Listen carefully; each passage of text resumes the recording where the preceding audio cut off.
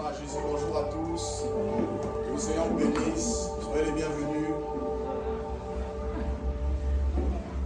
Donc, nous allons poursuivre notre série d'enseignements et certainement nous allons finir aujourd'hui sur comment les démons communiquent des pensées négatives. Amen. Est-ce que tu peux saluer 3 personnes? 3 personnes. Qui sera plus fort? Tranquille. Alors quoi? Ah, mais il y a des gens généreux. Ça dit même 12. Alors, Laine. et c'est comment tu vas? Ça va bien.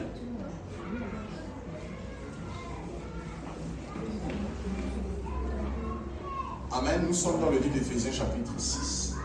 Éphésiens chapitre 6.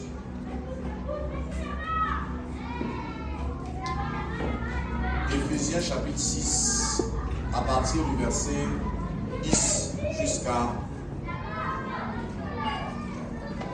18. Je lis la parole d'Éphésiens 6 à partir du verset 10 à 18. Entends bien la lecture. Au reste, fortifiez-vous dans le Seigneur Fortifiez-vous dans le Seigneur et par sa force toute puissante. et par sa force toute puissante. Revêtez-vous de toutes les armes de Dieu Revêtez-vous de toutes les armes de Dieu afin de pouvoir tenir ferme contre les ruses du diable. afin de pouvoir tenir ferme contre les ruses du diable. Car nous n'avons pas à lutter contre la chair et le sang, Car nous n'avons pas à lutter contre la chair et le sang, mais contre les dominations, mais contre les dominations, contre les autorités, contre les autorités, contre les princes de ce monde des ténèbres, contre les princes de ce monde des ténèbres, contre les esprits méchants dans les lieux célestes. contre les esprits méchants dans les lieux célestes. C'est pourquoi C'est pourquoi prenez toutes les armes de Dieu prenez toutes les armes de Dieu afin de pouvoir résister dans le mauvais jour afin de pouvoir résister dans le mauvais jour. et tenir ferme après avoir tout surmonté. Tenir ferme après avoir tout surmonté. Tenez donc ferme Tenez donc ferme et avouerez la vérité pour ceinture. et avouerez la vérité pour ceinture. Revêtez la cuirasse de la justice. Revêtez la cuirasse de la justice. Mettez pour chaussure à vos pieds le zèle que donne l'évangile de paix. Mettez pour chaussure à vos pieds le zèle que donne l'évangile de paix. Prenez par-dessus tout cela le bouclier de la foi, Prenez par-dessus tout cela le bouclier de la avec foi, lequel vous pourrez éteindre tous les traits enflammés du malin. avec lequel vous pourrez éteindre tous les traits enflammés du malin. Prenez aussi le casque du salut, Prenez aussi le casque du salut l'épée de l'esprit, et l'épée de l'esprit qui est la parole de Dieu. qui est la parole de Dieu. Faites en tout temps par l'esprit Faites en tout temps par l'esprit toutes sortes de prières et de supplications. toutes sortes de prières et de supplications. Veillez à cela avec une entière persévérance Veillez à cela avec une entière persévérance et priez pour tous les saints. et priez pour tous les saints. Attendez, avant de vous asseoir, lis dans la version parole vivante, transcription dynamique. Dans la Strong, vous pouvez la trouver la version. Parole vivante. Pas parole de vie, mais parole vivante.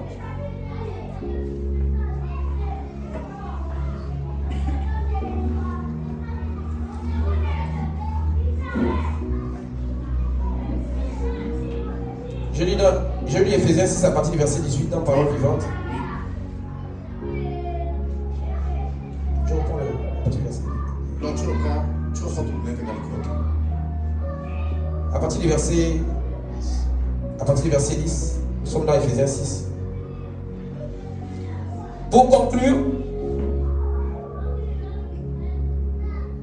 devenez des chrétiens forts, non pour vous-même, mais en puisant vos forces dans les ressources infinies de la puissance du Seigneur. Donc, il y a des ressources infinies dans le Seigneur. Tu dois puiser. Alléluia. Amen. C'est ce qu'on appelle la fortification. Fortifier veut dire prendre des forces spirituelles, mentales, physiques, morales. Poursuis. C'est dans la communion avec lui que vous trouverez votre énergie. Qui est en communion avec le Seigneur ici là? Amen. Si tu n'es pas en communion avec le Seigneur, tu ne vas pas trouver de l'énergie. L'énergie mentale, physique, même la force physique là. Jésus était fatigué. La Bible dit que pendant qu'il priait, il y a un ange qui est descendu, lui donnait des forces et il reprit vie. Amen. Même les forces physiques, même la mentalité. Continue. Verset 11. Couvrez-vous entièrement de l'armure complète que Dieu vous offre, afin de pouvoir tenir ferme contre toutes les ruses de guerre du diable. Les ruses de guerre du diable. Satan va en finir avec toi. Tu es en guerre contre le royaume des ténèbres. Hein? Et il ne négocie pas avec toi, il veut te faire la guerre, la peau. La Bible déclare que le voleur ne vient que dérober, égorger, détruire. C'est le plan que Satan a pour beaucoup d'entre vous. Égorger, détruire. Amen. Poursuis. Car ce n'est pas seulement de notre combat à nous qu'il s'agit. Nous n'avons pas à lutter uniquement contre notre nature terrestre, ni contre de simples ennemis mortels, mais contre les puissances occultes, Oui. contre une organisation spirituelle satanique, Contre une organisation spirituelle satanique. Poursuis. contre des dictateurs invisibles qui, dans les ténèbres, veulent contrôler et régir notre monde, Oui. contre la légion des esprits démoniaques dans les sphères spirituelles et surnaturelles, véritables agents du quartier général du mal. Satan est un quartier général du mal où il fomente ses projets comme toi. Voilà pourquoi il vous faut endosser toute l'armure divine afin de pouvoir tenir bon au mauvais jour, de faire usage de tout l'équipement que Dieu vous offre et de faire tout ce qui vous est possible. Si vous voulez repousser les attaques, remporter la victoire sur tous les ennemis et rester maître de la place. Soyez donc prêts à combattre. Soyez donc prêts au combat. Debout et ferme.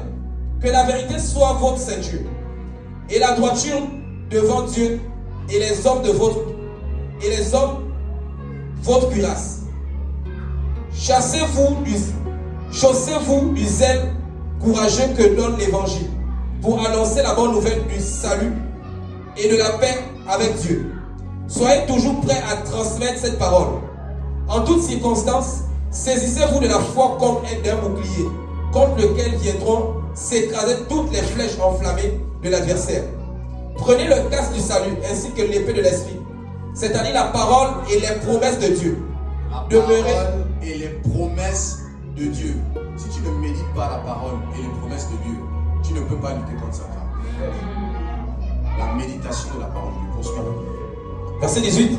Demeurez en communion avec l'esprit par une prière persévérante, car l'efficacité de ces âmes dépend d'une intercession qui ne se relâche point.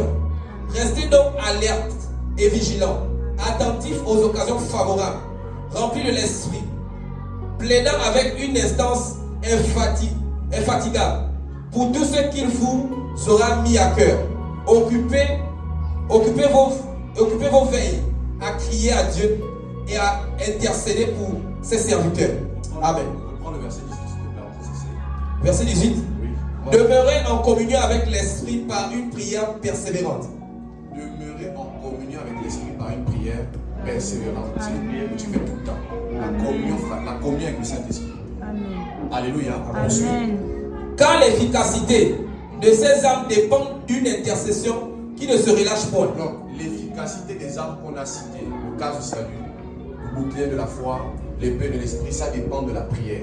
La communion avec la prière. C'est ce qui permet à ces âmes d'être efficaces. C'est ce qu'il est en train de dire. Poursuis. Restez donc alerte et vigilant, Oui. attentifs aux occasions favorables, remplis de l'esprit, plaidant avec une instance infatigable pour tout ce qu'il vous aura mis à cœur. Occupez vos veilles à crier à Dieu, à intercéder pour ses serviteurs. Occupez vos veilles. Vos veilles. Une veille est comprise en 3 heures et 4 heures de temps. Qu'est-ce que tu fais pendant 3 heures et 4 heures de temps dans la journée? Occupez vos veilles à faire quoi, s'il te plaît? Occupez vos veilles à crier à Dieu, à intercéder pour ses serviteurs. Alléluia. Tu vas occuper tes veilles à prier, à crier à Dieu. Alléluia. Amen. Tu vas occuper tes veilles. Je ne sais pas actuellement, qu'est-ce que tu fais de tes veilles? Est-ce que tu passes 4 heures de temps sur YouTube, sur Facebook? Sache que si c'est ça, Satan va t'influencer par les pensées. Il va te dominer. Parce qu'on a dit occupez vos veilles. Jésus a dit veillez et priez. Ça veut dire occupez vos veilles. Amen. C'est entre 3 heures et 4 heures de temps. Qu'est-ce que tu fais pendant 3 à 4 heures de temps? Qu'est-ce que tu fais? Est-ce que tu es seulement sur Facebook, sur WhatsApp, sur TikTok, en train de faire des selfies? Ou bien tu passes du temps aussi dans la méditation? En tout cas, en ce qui concerne la parole de Dieu, la Bible déclare occupez vos veilles. Poursuis et termine. C'était la C'était la fin. fin. Donc, amen à cette Amen. parole. Nous sommes Amen. ensemble. Que Dieu vous bénisse. Gloire à Dieu. Donc je pose déjà le décor. Je commence par la fin. Parce que le but c'est qu'aujourd'hui on puisse identifier les pensées diaboliques et prendre des versets bibliques et combattre avec. Comme on va le voir autant pour moi et on l'a déjà vu par le passé, c'est que lorsque Satan avait tenté Jésus, Et on va le voir, on va prendre le passage. Jésus a répondu par la parole. Lorsque Satan est venu tenter Jésus, Jésus a dit, il est écrit. J'expliquais qu'un principe simple, c'est que en ce qui concerne les ténèbres, ceux qui chassent les ténèbres, c'est la parole de Dieu. Parce que la parole de Dieu, c'est la lumière.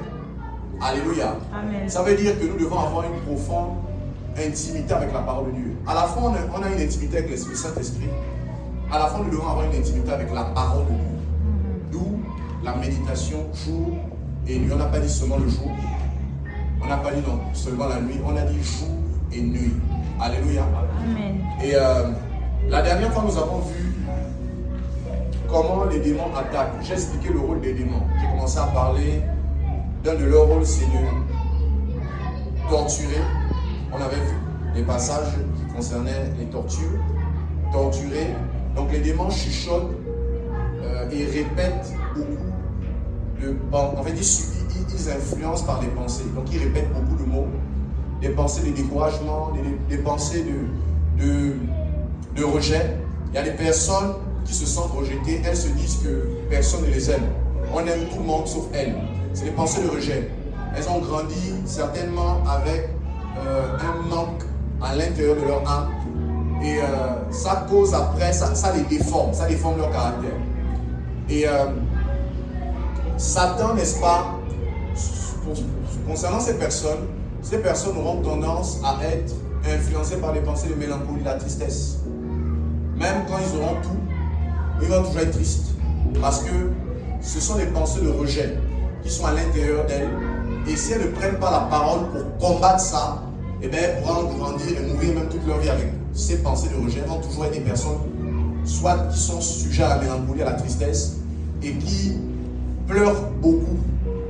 Et ça peut aller très loin. Parce que là, peut-être je me limite aux peurs, mais sinon, il y a des gens qui se suicident parce qu'ils se sentent mal aimés.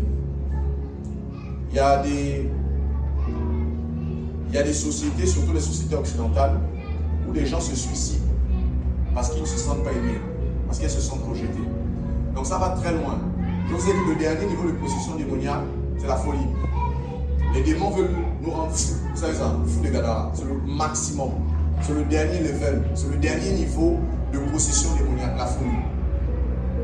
Et les esprits, comment on va le voir là, la dernière catégorie de démons qu'on a vu, on les appelle les esprits méchants. Ce sont eux qui envoient les pensées maléfiques quand on veut prier ou méditer. Exemple concret, vous avez expliqué ça la dernière fois. Le Seigneur vous met à cœur d'être dans un programme de prière. Au moment où vous commencez la prière, il y a des pensées impures qui viennent comme ça. Ce sont les esprits méchants. Le mot méchant ici veut dire pornéria, si je ne me trompe pas. Vous voyez? Ce sont des esprits qui sèment la perversité. En fait, le mot veut dire perversité. Méchanceté, là, ça veut dire la perversité. Il y a des esprits qui s'amusent. Au moment où vous voulez commencer à méditer les Écritures, au moment où vous commencez à prier, vous entendez beaucoup de voix, beaucoup de choses. Ce sont les esprits méchants qui combattent votre spiritualité. Et il y a d'autres esprits méchants, eux, ils se manifestent par la distraction. Au moment où vous voulez prier, ils vous suggèrent d'aller balayer le salon, il y a une poussière que vous avez laissée. Il y a un linge qui est à la corde, tout ça, vous oubliez d'enlever ça. Et puis quand vous commencez à faire ça là, c'est fini, vous n'allez plus prier. C'est les esprits méchants qui combattent. Ils combattent les vies de prière et les vies de méditation. Pourquoi? Parce que l'apôtre Paul, dans Éphésiens chapitre 6, enseigne que en fait, quand tu as toutes tes armes là, ce qui permet de pouvoir stimuler ces armes là, ce sont les prières. Donc ils savent clairement, pertinemment, que si des chrétiens ont des armes spirituelles et ils ont une vie intense de prière, ben ils seront vaincus. Amen. Vous comprenez? Et qu'est-ce qui veut dire combattre les vies de prière? Je vous assure, il y a des démons, vous allez tout faire. Mais quand vous allez vouloir prier, méditer là, ils vont vous combattre. Quand vous détestez ça, le souvent dit ça. Vous êtes là, vous voulez méditer la parole de Dieu, le sommeil vient. Allez sur YouTube, le sommeil part. Ce sont les esprits d'assoupissement. Ça paraît anodin, mais je suis très sérieux. Il y a des esprits qui combattent la spiritualité, la prière et la méditation. C'est pour ça que vous devez vous faire violence. La Bible nous demande de puiser de l'énergie dans le Seigneur. Il y a une force qu'on appelle le Kratos. En fait, le Kratos, Pasteur Ted, c'est un jeu vidéo auquel je jouais. À l'époque, quand j'étais plus jeune, je jouais à un jeu vidéo. Je ne savais pas que, en fait, ils avaient volé ça dans la Bible. Il y a un jeu vidéo de la mythologie grecque qu'on appelle Kratos, le dieu de la guerre. C'est un personnage très violent, très puissant. Et il est très fort. en fait, en grec, le mot kratos veut faire allusion à la force souveraine de Dieu. C'est une force super puissante. C'est de cette force que vient la force qu'on appelle le dynamisme, la force qui permet d'opérer les miracles, l'équitude, la force qui permet d'éclater, n'est-ce pas, les verrous de fer de Satan. Donc il y a une force qu'on appelle le kratos, la force souveraine de Dieu. Elle est décrite dans le livre d'Éphésiens chapitre 1. Lorsqu'on dit, il a ressuscité d'entre les morts.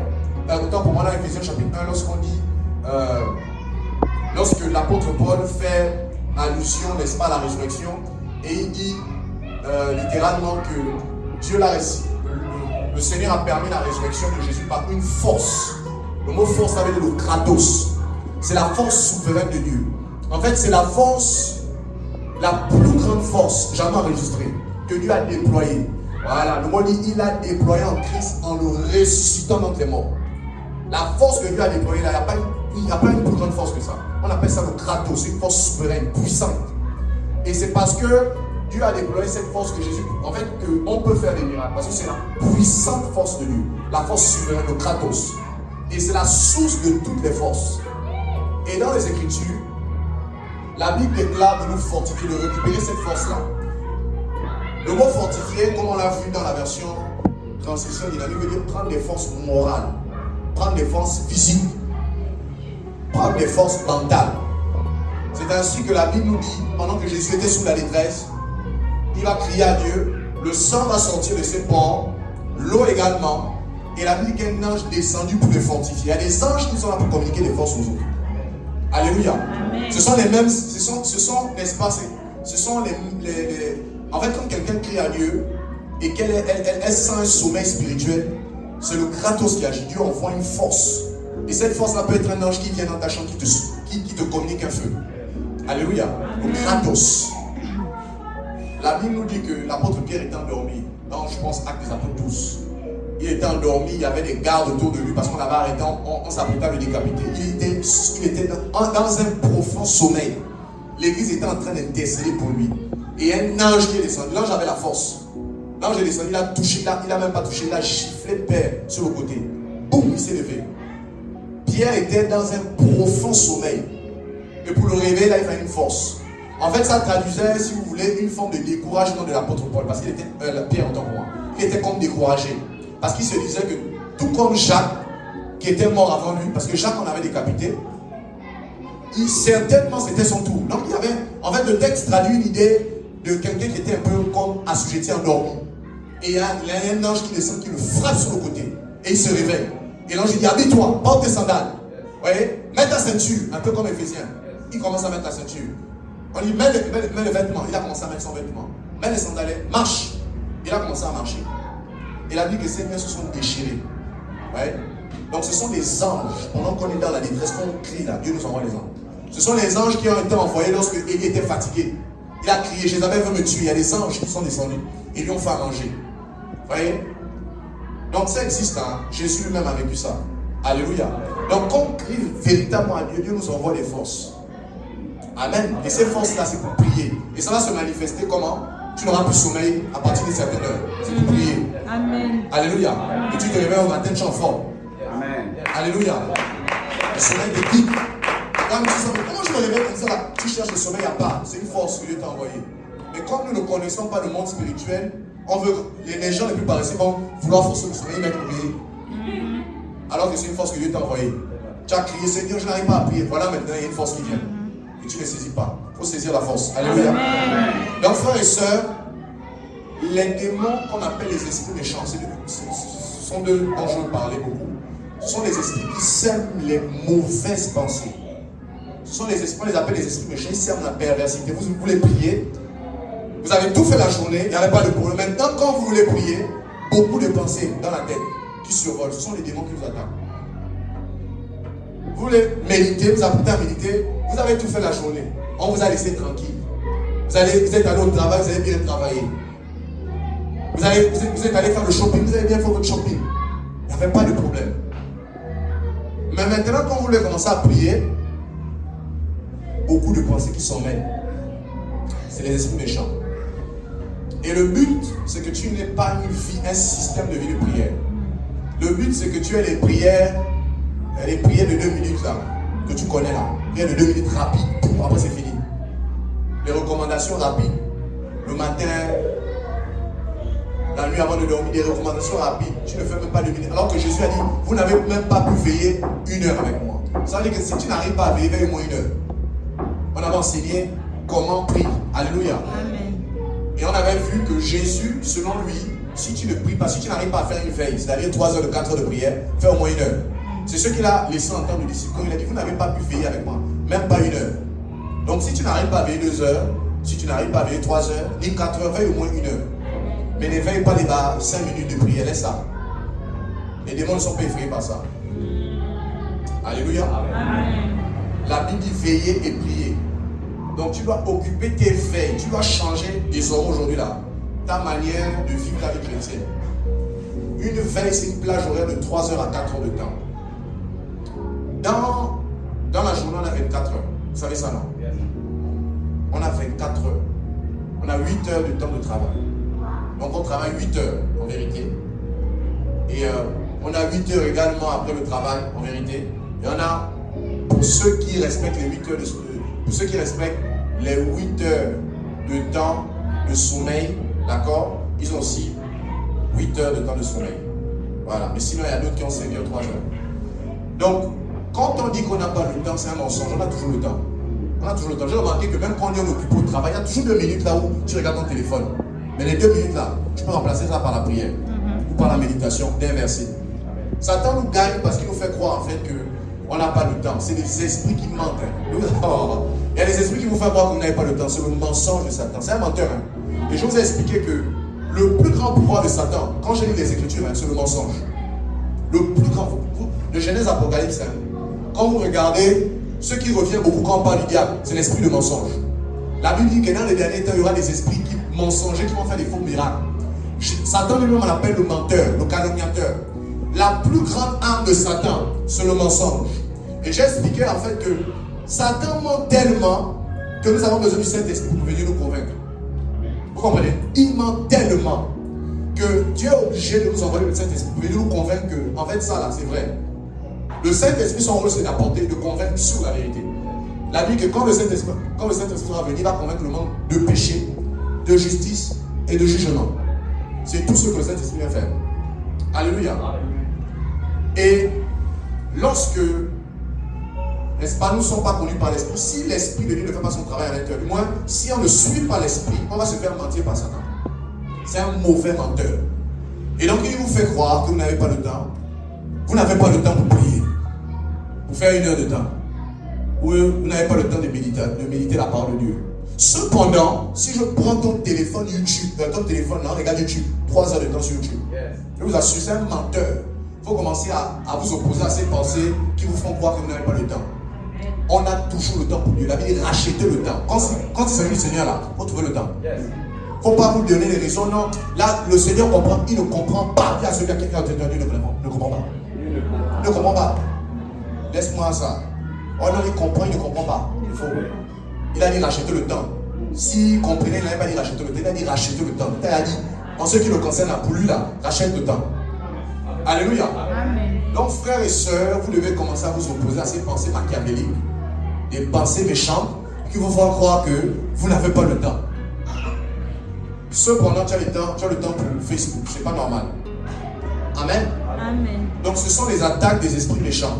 Ils ne veulent pas que tu connaisses. Je vous ai expliqué parmi les rôles de démons. Là, j'étais sur l'harcèlement, les chuchotements, les pensées répétitives, des choses qui vous acceptent, qui viennent, ils répètent, pour que vous acceptez ça. D'accord? En fait, les esprits sont tellement. Ils harcèlent. Un harcèlement, c'est en fait des chuchotements répétitifs. D'accord? Ils viennent, ils partent, ils reviennent. Ils reviennent, ils insistent pour que vous acceptez leur idée. Donc ils harcèlent avec des pensées. Même quand, pour ceux qui sont attaqués par les esprits, des pensées impures, ils vous fatiguent. Hein? Ils viennent là, ils vous balancent, vous battent. Vous chassez, ça revient. Parce que vous ne chassez pas avec la parole. Vous chassez avec la parole. La Bible que Jésus chassait les esprits un peu par sa parole. C'est pour ça que c'est important de méditer les Écritures. Il y a des démons qui se soumettent seulement à la parole de Dieu. Pas à vos manières de raisonner là. Alléluia. Amen. Donc frères et sœurs, ils harcèlent. D'accord? La Bible dit dans Proverbe, dans l'Ecclésiaste, que l'oppression rend insensé le sage. Le but de leur harcèlement, c'est de créer en vous l'oppression. Pour que vous acceptez. D'accord? Donc les démons harcèlent, on a vu ça, ils tourmentent. J'avais expliqué longuement ça, je ne vais pas revenir sur ça. Ils tourmentent. On avait vu deux mots, Ocléos et puis Kokos, qui parlaient justement du tourment. Et j'avais également expliqué, un de leurs rôles, c'était de vous empêcher de servir Christ, n'est-ce pas? Vous empêcher d'abord de connaître Jésus, n'est-ce pas? On avait pris un passage dans 2 Corinthiens, chapitre 11, où l'apôtre Paul disait que, non pas 2 Corinthiens, chapitre 11, plutôt 2 Corinthiens 4, je pense, où on dit le Dieu de ce siècle aveugle leur intelligence. Vous comprenez? Satan ne veut pas que tu connaisses Jésus. Voilà pourquoi il veut t'aveugler. Il crée autour de toi des systèmes d'aveuglement pour ne pas que tu puisses comprendre la parole de Dieu. Donc Satan ne veut pas que tu connaisses Jésus.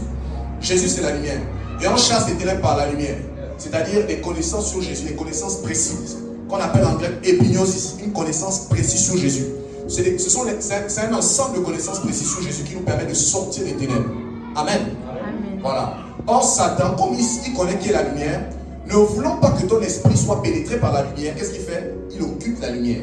Il t'empêche de comprendre la parole de Dieu. Il t'empêche de connaître Jésus. Alléluia. Tu vas connaître beaucoup de choses, mais quand il s'agit des révélations sur Jésus, la personne même de Christ qui est la lumière, il va t'empêcher. Jésus a dit, je suis la lumière du monde. Celui qui me suit ne marchera pas dans les ténèbres. Il aura la lumière de la vie. Alléluia. Amen. Donc, Jésus c'est la lumière dans tous les domaines. Hein. Donc, Jésus impacte tous les domaines. Il impacte ton travail. Il impacte tous les domaines. Ce n'est pas seulement venir à l'église, connaître des versets bibliques. Amen. Amen. Il impacte ta mentalité. Jésus est le premier évangéliste dans la Bible qui a commencé à parler de... Il est venu pour annoncer une bonne nouvelle aux pauvres. Vous comprenez? Jésus est venu dans son évangile, il annonce une bonne nouvelle aux pauvres. Parce que les pauvres, ce sont des personnes qui sont d'abord mentalement pauvres. Donc il y a une bonne nouvelle qui permet de sortir de la pauvreté. Alléluia. Amen. Et c'est une mentalité, c'est une façon de faire. Donc Jésus prêche également sur le fait de sortir des mentalités de pauvreté. Alléluia. Et au passage, parmi les mots dont on avait étudié notamment qui concernait autant pour moi tourmenté, il y a un mot qui veut dire justement misérable, penser des misères. Vous voyez, donc il y a des démons qui travaillent dans le domaine de la misère. Oui, oui. Il y a des démons qui travaillent dans le domaine de la précarité, dans le domaine de la misère. Amen. Amen. Donc on avait pris des passages qui démontraient que Satan ne veut pas que tu connaisses Jésus. Tu vas connaître Lionel Messi, tu vas connaître Cristiano Ronaldo, mais tu ne vas pas connaître Jésus. Alléluia. Amen. Donc il ne veut pas que tu aies le temps pour connaître Jésus. Il va t'empêcher. Il va mettre beaucoup de programmes autour de toi. La Bible dit malheur à la terre, malheur à la mer, car Satan est descendu animé d'une très grande colère, sachant qu'il a très peu de temps. Et comme il a très peu de temps, il divise ton temps. Alléluia. Amen. Quand Satan descend, il divise ton temps et tu n'as pas le temps pour suivre Jésus. Parce qu'il a lui-même, il a très peu de temps, il va être jugé. Et il t'envoie des pensées, des distractions, des choses inutiles, des choses qui n'ont rien à voir avec ta carrière professionnelle, qui n'ont rien à voir avec ta vie spirituelle, la vie de prière, la vie de méditation. Des choses qui n'apportent aucune valeur ajoutée sur ton éternité. Il va te perdre du temps. Et à la fin de la journée, quand tu fais le bilan zéro, il n'y a rien. Il n'y a même pas une édification. La Bible dit édifiez-vous chaque jour. Mais quand tu regardes, ton esprit n'est pas édifié. Il n'y a rien. Au contraire, ton esprit et ton âme, autant pour moi, s'avilit même. Amen. Amen. La Bible déclare ne vous conformez pas au siècle présent, mais soyez transformés par le renouvellement de l'esprit. Le passage là nous montre en fait qu'il y a certaines personnes sur la terre, des chrétiens, parce qu'on parle des chrétiens, aussi des chrétiens, qui se laissent embobiner par le siècle présent, le monde, la mondanité, et le mundo. Il y a des chrétiens qui aiment le monde. Venons avoir le passage là, de 1 Corinthiens chapitre 12. 1 Corinthiens chapitre 12. Et ensuite tu vas prendre 1 Jean chapitre 2 verset 15. 1 Corinthiens chapitre 12, verset 1 à 3. La Bible nous demande de ne pas aimer le mundo. N'aimez pas le monde. Et j'avais déjà défini ce que c'est le monde. C'est l'univers sans Dieu. L'ensemble des personnes dans ta famille. Oui, parce qu'il y a le monde dans la famille également. Rappelez-vous que même Jésus, au début de sa vie, il était combattu par sa famille. Vous savez ça? La Bible dit on le prenait pour un insensé. Donc les gens s'opposaient à ce qu'il faisait. Sa mère et ses frères étaient venus pour l'arrêter. Il a même posé la question, qui est ma mère, qui est mon frère? Dans le contexte, là, il venait d'arrêter Jésus. Parce qu'on disait qu'il est insensé, il est hors de sens. Donc le monde, en fait, c'est l'univers. Ce sont les hommes qui n'ont pas la pensée de Dieu, qui ne marchent pas conforme à la volonté de Dieu, qui vont te combattre, ou bien qui vont t'attirer vers le bas. C'est l'environnement autour de toi qui t'empêche de servir Jésus, qui t'empêche d'avoir une vie de prière, qui t'empêche d'avoir une vie de méditation, qui t'empêche de connaître le Christos. Alléluia. Il y a un environnement que Satan envoie pour nous distraire. Pour nous distraire. La Bible dit que les mauvaises compagnies corrompent les bonnes mœurs. Donc il y a un environnement qu'on appelle le monde qui va vous combattre. Dans le contexte, d'ailleurs, pas dans le contexte plutôt, lorsqu'on a arrêté Jésus, d'accord, Jésus, n'est-ce pas, les différents lieux où il allait, il a combattu ce que j'appelle les 4G. Jésus a combattu la chair à Gethsemane. Gethsemane, c'est la bagarre contre la chair. Vous voyez, Jésus se bat contre sa chair. Sa chair lui dit ne pars pas à la croix. Mais son esprit lui dit va à la croix. Et quand Jésus prie, il dit non ma volonté, mais ta volonté, Père.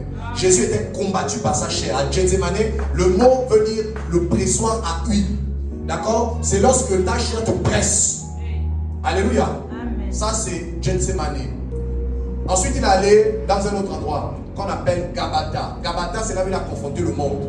C'est là où les gens disent crucifiez-le. Les gens qui l'avaient sauvé. Les gens, n'est-ce pas, qui l'avaient fait manger. Ce sont les mêmes personnes qui disent crucifiez-le. Alléluia. Amen. Donc, dans le contexte, là, on parle de Gabata. C'est le lieu, en fait, ça représente le monde. Là où Pilate, maintenant, a pris la décision de juger Jésus. C'est le monde qui le combattait. Et le mundo. La Bible déclare, et c'est là où le psaume 2 s'accomplit. Le psaume 2 s'accomplit quand Pilate et Hérode se sont mis ensemble. Dans le psaume 2, il est écrit pourquoi se tuent parmi les nations? Pourquoi ces vaines pensées parmi les peuples? Pourquoi les rois de la terre s'asseyent pour parler contre l'Éternel et contre son coin? L'apôtre Pierre interprète ce passage en disant en fait que ça s'accomplit avec Pilate et Hérode. Ils étaient ennemis, des ennemis qu'ils étaient, ils se sont mis ensemble pour combattre le loin. Les rois de la terre, c'était des rois. Ils se sont mis ensemble et ils se sont ligués. Ennemis qu'ils étaient pour combattre le Messie. Ils avaient les vaines pensées. Les démons envoient les vaines pensées. Vous voyez? Les démons, Satan a mis les vaines pensées dans la vie de Pilate et d'Hérode pour venir combattre le Messie. Les mêmes vaines pensées sont allées dans Judas pour avoir le dessein de trahir Jésus. Donc les démons manipulent les pensées. Ils ont manipulé Hérode, ils ont manipulé Ponce Pilate. Pourtant, Ponce Pilate, sa femme lui a dit hey, ne touche pas à ce sein-là. Il était déjà manipulé. Ces vaines pensées parmi le peuple. David pose la question pourquoi ces vaines pensées? Il parlait de Pilate. Parce que c'est Pilate qui a été manipulé. Il a dit bon, écoute, il a voulu plaire aux Juifs. Il a pris la décision de sacrifier Jésus. Et dans le contexte, justement, c'est là où Jésus confronte Gabata, des gens qui n'ont pas la mentalité du royaume. Des gens qui étaient avec lui. Parmi les gens, il y avait des gens qui le connaissaient. Il y avait sa famille. Il y avait des gens qui étaient de sa parenté. Il y avait les pharisiens, les sadducéens qui s'opposaient à lui, criaient frontalement crucifiez-le. Le monde. Alléluia. Mais Jésus avait déjà annoncé plus tôt, dans Jean 16, que prenez courage en moi, j'ai vaincu le monde. Amen. Alléluia. Amen. Et il les avait vaincus. Amen. Il a vaincu le monde. Il n'a pas dérogé à la règle. Il devait aller à la croix, il a allé jusqu'au bout. Lorsqu'on lui a posé la question, justifie-toi, il a dit, il ne s'est pas justifié. Amen. Alléluia. Amen. Pilate lui a dit, mais tu ne sais pas que j'ai le pouvoir. Il a dit, tu n'as aucun pouvoir sur moi, si ce n'est ceux que Dieu t'a donné pour le moment. Amen. Alléluia. Donc il était ferme, il n'a pas tergiversé. L'apôtre Paul dit que devant Ponce Pilate, Jésus a fait profession de foi. C'est-à-dire qu'il était intègre, il a maintenu sa position. Il n'a pas dit non, il n'a pas supplié pour Pilate. Non, ne me tue pas, tu sais. Il a dit, je vais à la croix. Alléluia. Amen. Donc devant Gabata, Jésus a vaincu Gabata, le monde. Donc le monde, c'est l'univers qui est autour de toi. Quand tu as accepté Jésus, tu veux marcher fidèlement avec Jésus. Il y aura des personnes qui vont... Il y a deux catégories de personnes. Il y a des personnes qui vont s'opposer à toi, clairement. Moi, quand je me suis converti, c'était clair qu'il y avait des amis qui voulaient toujours m'attirer dans le monde. Là, j'étais caché avec les frangins. Cherchez votre route. Moi, c'est Jésus. Clair, j'avais des potes marocains, j'avais plein de potes. On allait toujours en voie de... J'ai dû être clair avec eux. Alléluia. Amen. Maintenant, il y a des personnes qui veulent faire comme s'ils te comprenaient. Non. Mais ils sont toujours en train de te proposer les mauvaises idées. Il y a des gens comme ça. Ils sont là avec toi. Non, ils viennent même avec souvent. Mais ils veulent toujours t'amener dans les choses. Satan utilise beaucoup plus même ces personnes-là. que les personnes qui sont claires que dans Mani. Bon, écoute, moi, j'avais un frangin marocain là qui m'a dit clairement. Regarde, frangin. Non, il a regardé comment j'ai vécu, il a senti que non, je me suis vraiment converti. Il a dit, moi j'aime le monde, moi j'aime le bar. Et il m'a clairement dit que, frangin, peace, hein, peace, peace. Il a levé le corps. Parce que, regardez, il a vu la live, il a senti que, oh, c'est quoi? Non. Au début, tu vois, on se fréquentait, on était toujours là. Il a senti en fait qu'il veut m'amener là-bas. Je ne suis pas là-bas, je suis bloqué. Et non, frangin, l'église. Il regarde ma vie, il sent que mon langage a changé. Je suis même plus dans la musique du monde. Il sent que non, frangin, peace. Moi j'aime encore les barreaux, j'aime les gars. Peace and love. Il a levé le corps. Il y a des gens comme ça, regarde, tu vas avoir mal au début. Hein? Il y a des gens comme ça. Les autres parties. Alléluia. Maintenant, il y a d'autres là. Et là, et je connais énormément. J'ai vu beaucoup de chrétiens compliqués dans les écoles là.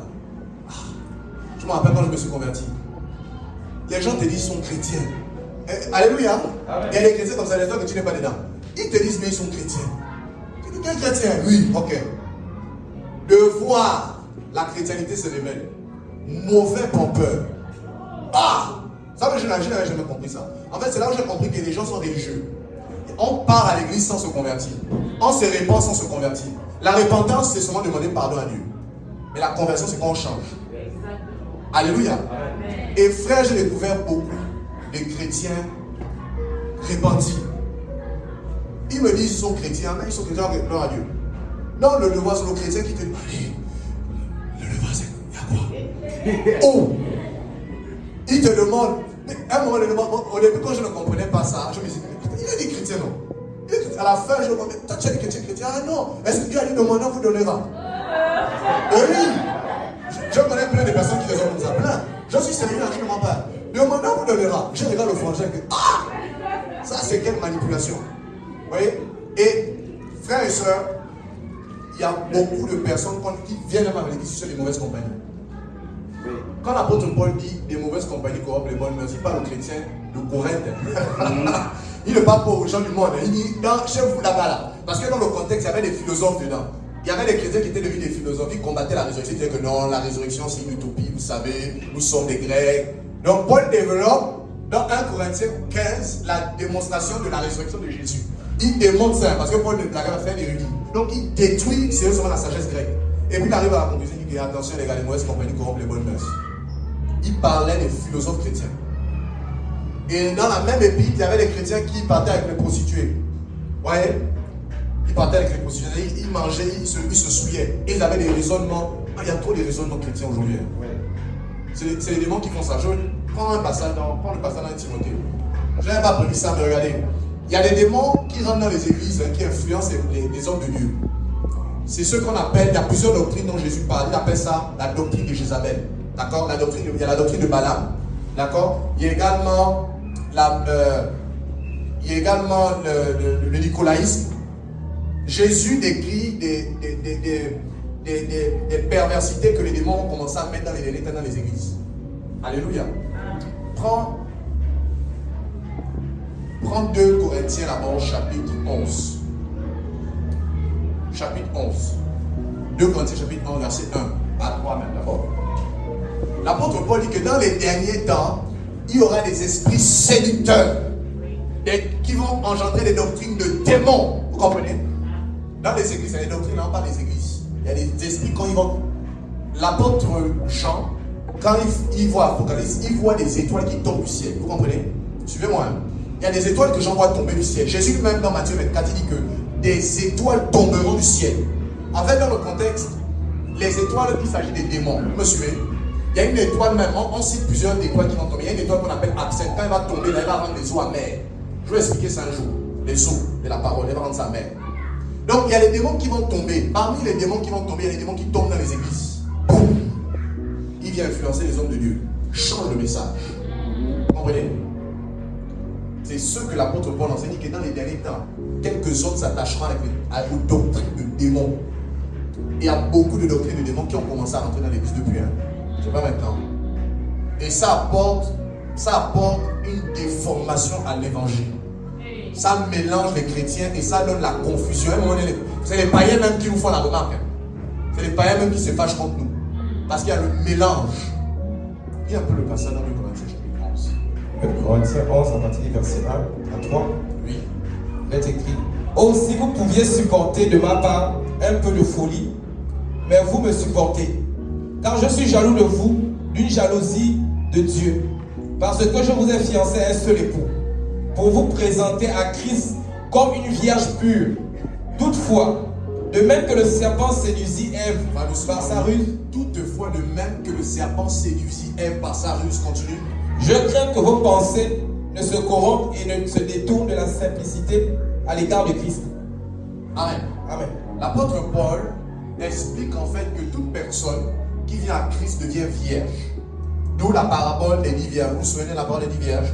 Toute personne qui accepte Jésus, qui naît de nouveau, qui est régénérée par le sang de l'agneau et par le baptême du Saint-Esprit, devient vierge. Alléluia. Amen. J'ai enseigné sur ça la virginité spirituelle.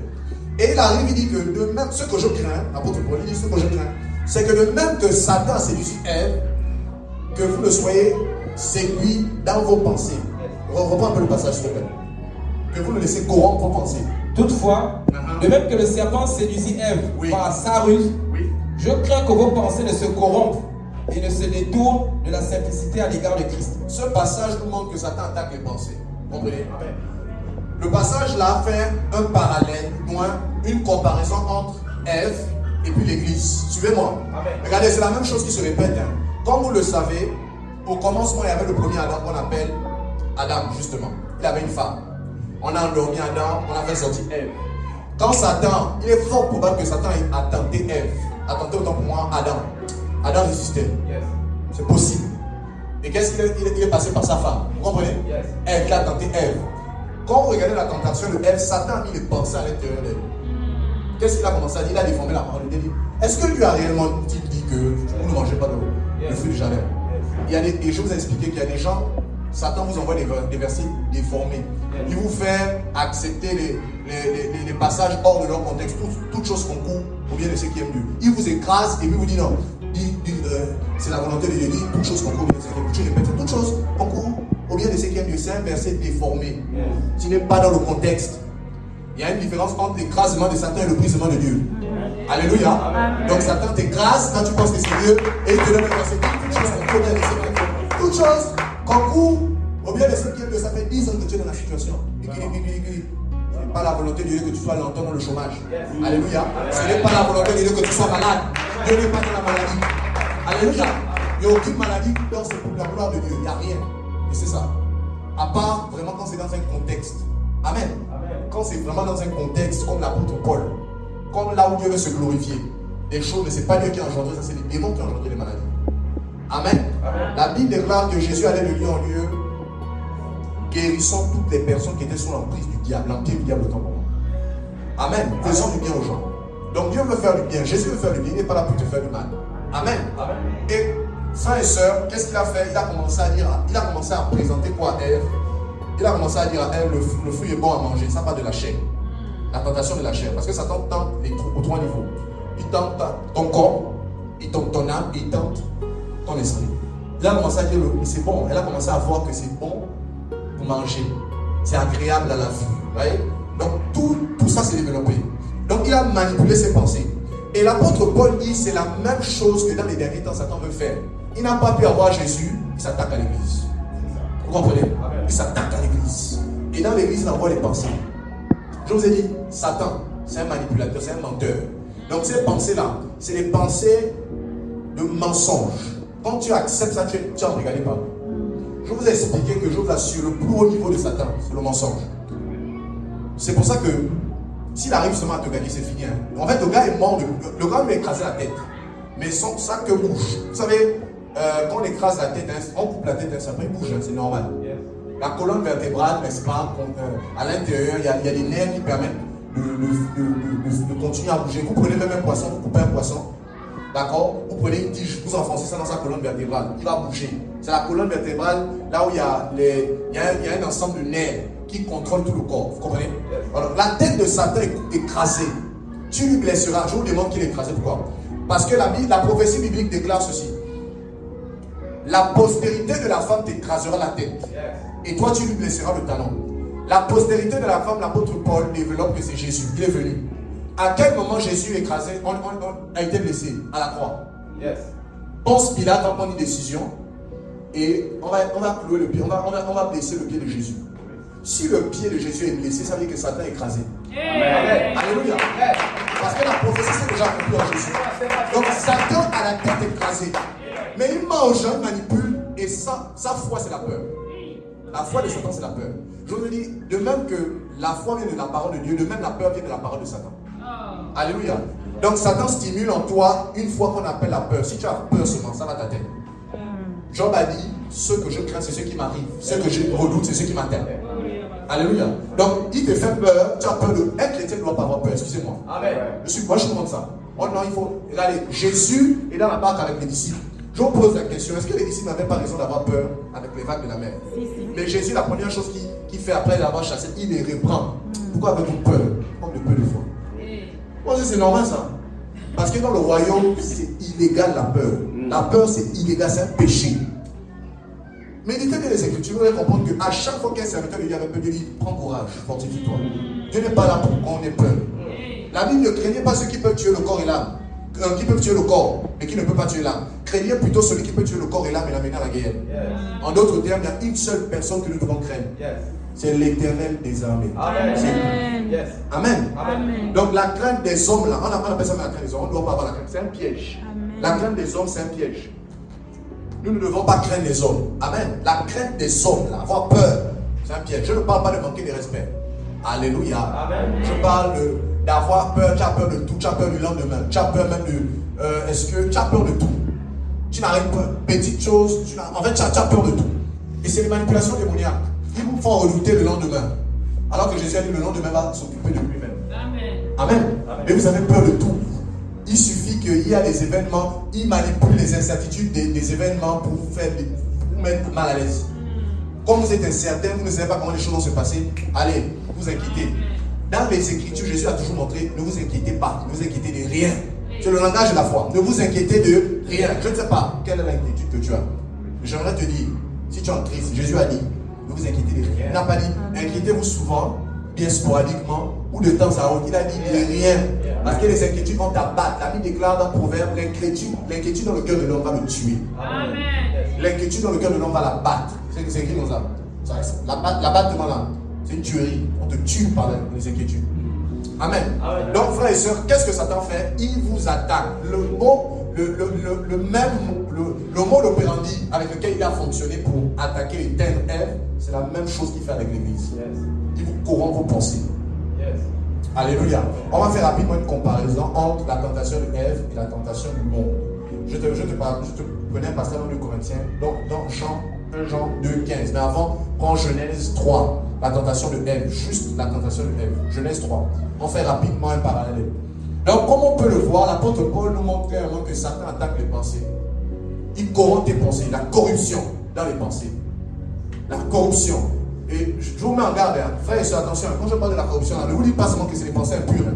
Ce n'est pas parce que tu n'as pas de pensées impures que tu n'es pas corrompu. Il y a des conceptions chrétiennes qui sont négatives. Il y a une manière de vivre là qui peut en fait, il peut te mettre en toi des croyances qui ne reposent pas sur les Écritures. Amen. Parce que les croyances déterminent les actions.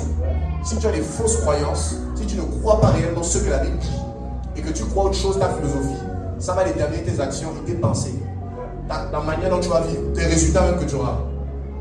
Alléluia. Amen. Donc tu dois changer ta manière de croire. La Bible dit croire en la parole de Dieu, on n'a pas dit croire en toi-même. Excusez-moi, je n'ai rien contre le développement personnel. Mais c'est d'abord la parole de Dieu avant. Alléluia. Oui, oui. Parce que dans le développement personnel, on dit aux gens, il faut croire en toi. Tu n'as rien. Tu vas croire quoi? Il faut croire en Jésus d'abord. Alléluia. C'est lui qui fait en sorte que tu deviennes une personne pour croire en toi. Alléluia. C'est très important. Genèse 3, à partir du premier verset. Oui. Le serpent était le plus rusé de tous les animaux des champs. Oui. Que l'Éternel Dieu avait fait. Il dit à la femme, Dieu a-t-il réellement dit, vous ne mangerez pas de tous les arbres du jardin? La femme répondit au serpent, nous mangeons du fruit des arbres du jardin. Mais quant au fruit de l'arbre qui est au milieu du jardin, Dieu a dit, vous n'en mangerez point. et vous ne toucherez point, de peur que vous ne mouriez. Alors le serpent dit à la femme, vous ne mourrez point, mais Dieu sait que le jour où vous mangerez, vos yeux s'ouvriront et que vous serez comme des dieux, connaissant le bien et le mal.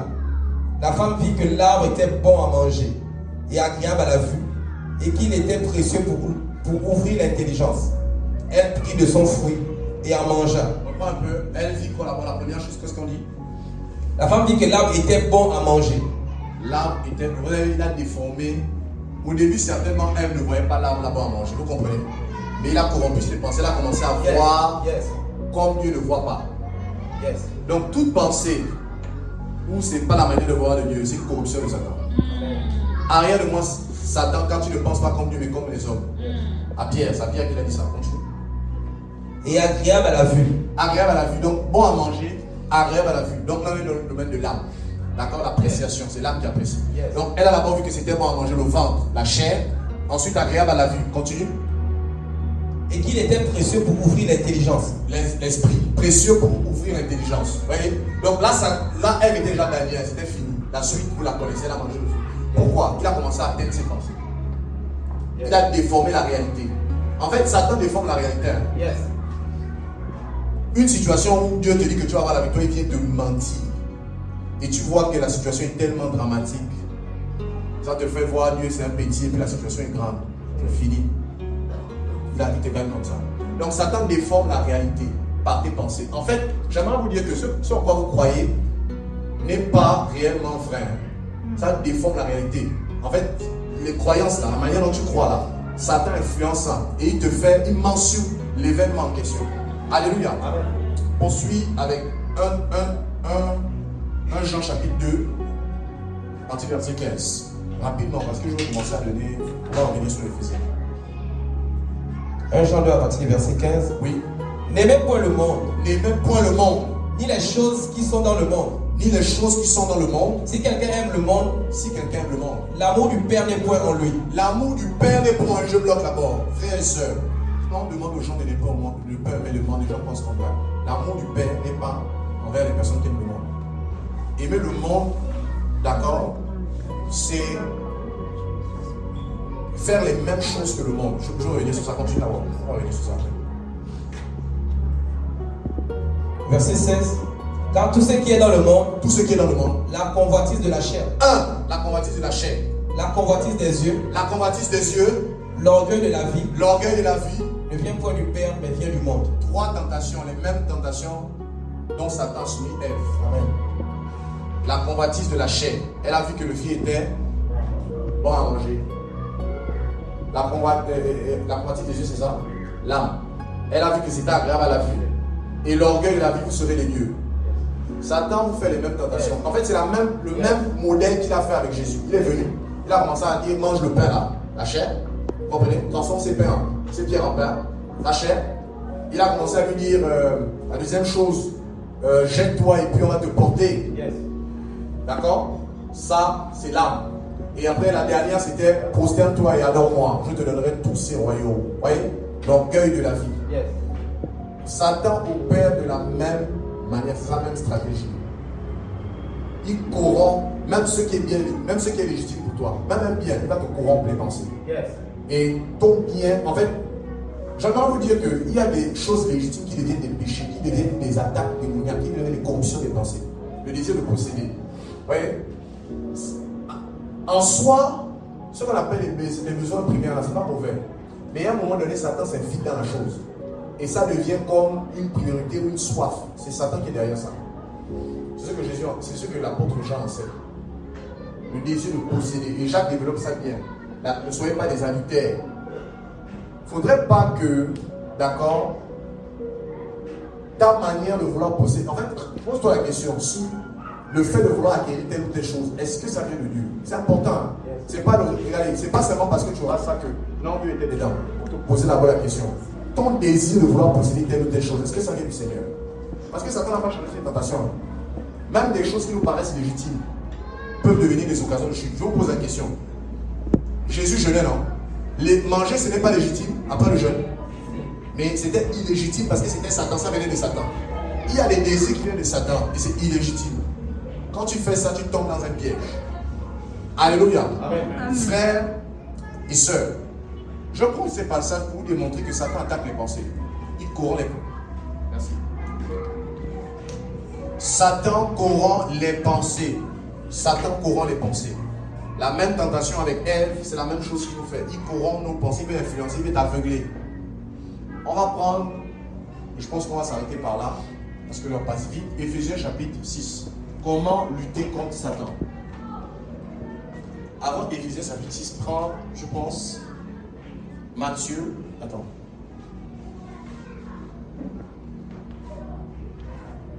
Matthieu 8, 16. Comment lutter contre Satan? Comment résister aux pensées de Satan? Éphésiens chapitre 6. Matthieu 8, attends pour moi, verset 16, c'est ça non? Matthieu 8 à partir du verset 16. Oui. Le soir, on amena auprès de Jésus plusieurs démoniaques. Oui. Il chassa les esprits par sa parole et il guérit tous les malades. Amen. Amen. La Bible déclare que Jésus chassait les esprits par sa parole. Les démons, ce sont des esprits. Les esprits méchants, ce sont des démons qui influencent tes pensées. Et la manière de les chasser, c'est avec la parole de Dieu. La Bible déclare qu'il les chassa par sa parole.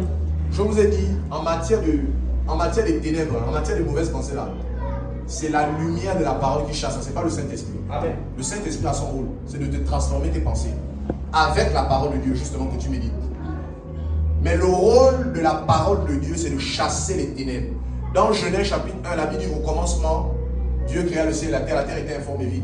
Il y avait des ténèbres à la surface de la terre. L'Esprit de Dieu se mouvait au-dessus des eaux. Pour réparer le ténèbre, Dieu a dit que la lumière soit. Verset 4. Que la lumière soit. Et la lumière va faire quoi? Ça va chasser les ténèbres. De la même manière, pour chasser les mauvaises pensées, les fausses conceptions, il faut la lumière qui est la parole de Dieu. Il faut les révélations sur la personne de Christos, sur Jésus de Nazareth.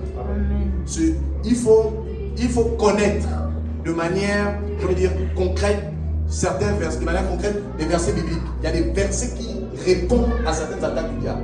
Exemple concret. Une personne qui a vécu le rejet, je disais ça m'a dit, ou qui est passé par le rejet. Vous savez, Satan utilise tout pour massacrer les gens. L'irresponsabilité des parents, l'irresponsabilité des pères déserteurs, et puis l'enfant grandit avec des blessures de rejet. Amen. Satan utilise tout. Quand une personne grandit avec les pensées de rejet, la personne, même si elle s'est mariée, si ce n'est pas réglé, elle va penser que son mari l'a abandonné. Si c'est un homme, il va penser que sa femme ne l'aime pas. Vous comprenez? Les pensées de rejet là, même vos enfants, vous avez l'impression qu'ils ne vous aiment pas. Tout le monde vous déteste. On aime les autres et vous, on ne vous aime pas. Et les démons amplifient ça. Et ça va très loin jusqu'au suicide. Quand on grandit avec ce genre de pensée, il y a des versets qu'on doit mémoriser et qu'on doit donner comme réponse, n'est-ce pas, à ces attaques dans les pensées. Parce que c'est d'abord des pensées.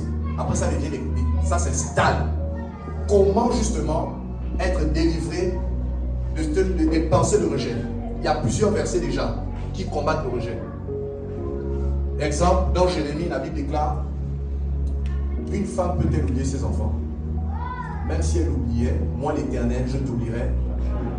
Frère, il y a un psaume également qui dit: un père, même si mon père et ma mère m'abandonnent, l'Éternel avec moi. Il y a un psaume qui dit ça. Je vais regarder tout à l'heure. J'ai repéré un psaume qui dit ça. Frère, il y a des versets, quand tu commences à les mémoriser, à les déclarer, il y a une vie qui sort du verset qui te guérit. Alléluia. Jésus a dit: vous connaîtrez la vérité vous affranchira. Alléluia. Et on a vu les armes du Saint-Esprit, les armes autant pour moi du chrétien. Parmi les armes, on a vu l'épée de l'esprit, qui est la parole de Dieu. Quand on dit l'épée de l'esprit là, c'est que l'esprit là, autant pour moi la parole de Dieu c'est une épée, d'accord, l'épée de l'esprit.